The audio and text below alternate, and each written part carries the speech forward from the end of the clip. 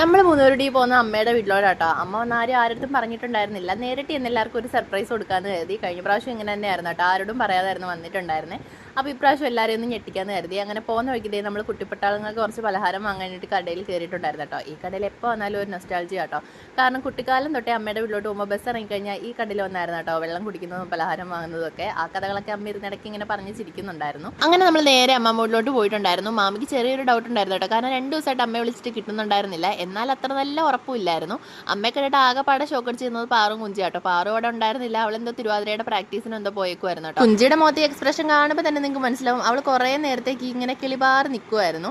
അമ്മാമ്മയാണെങ്കിൽ നല്ല ഉറക്കമായിരുന്നു കേട്ടോ. ഇതിനിടയ്ക്ക് അമ്മാമ്മയെ പോയി കുത്തി എണീപ്പിച്ചുകൊണ്ട് വന്നിട്ടുണ്ടായിരുന്നു. പാറുവിനെ വിളിക്കാൻ കണ്ണം പോയിട്ടുണ്ടായിരുന്നു കേട്ടോ. അവളുടെ അടുത്ത് പറഞ്ഞിട്ട് കൊണ്ടുവരുമെന്നാണ് ഞങ്ങൾ കരുതിയത്. പക്ഷെ അവളുടെ എക്സ്പ്രഷനിൽ നിന്ന് എനിക്ക് മനസ്സിലായി അവൾ അറിയാതെയാണ് വന്നതെന്ന്. എന്താണോ നമ്മൾ ആഗ്രഹിച്ച് വന്നത് അത് കുറച്ച് വേറൊരു എക്സ്പ്രഷനിൽ നമുക്ക് കിട്ടിയിട്ടുണ്ടായിരുന്നു കേട്ടോ. അങ്ങനെ എന്തായാലും കുറച്ച് നേരം നമ്മൾ ചായയൊക്കെ കുടിച്ചിട്ട് ഇറങ്ങിയിട്ടുണ്ടായിരുന്നു. ഇവിടെ നമ്മൾ നേരെ പോയത് കരുനാഗപ്പള്ളി എസ് ഭാരതിലാട്ടോ. കുറച്ച് പർച്ചേസിംഗ് ഒക്കെ ഉണ്ടായിരുന്നു.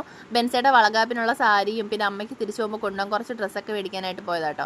അമ്മ സാരി സെക്ഷനിലോട്ട് കയറി കഴിഞ്ഞാൽ ആന കരിമ്പന്തോട്ടത്ത് കയറുന്നോട്ടാട്ടോ. ഏതൊക്കെ എടുക്കണമെന്ന് അമ്മയ്ക്ക് തന്നെ അറിയത്തില്ല. അവിടെ നിന്ന് എന്തൊക്കെയോ നോക്കുന്നുണ്ടായിരുന്നു കേട്ടോ. ഞാനും ബെൻസയും കൂടി ഇതിനിടയ്ക്ക് അവളുടെ സാരി നോക്കിയിട്ടുണ്ടായിരുന്നു. കുറേ കളക്ഷൻസ് ഒക്കെ ഉണ്ടായിരുന്നു കേട്ടോ. നമുക്കിതിൽ ഏതെടുക്കണമെന്ന് ഭയങ്കര കൺഫ്യൂഷനായി.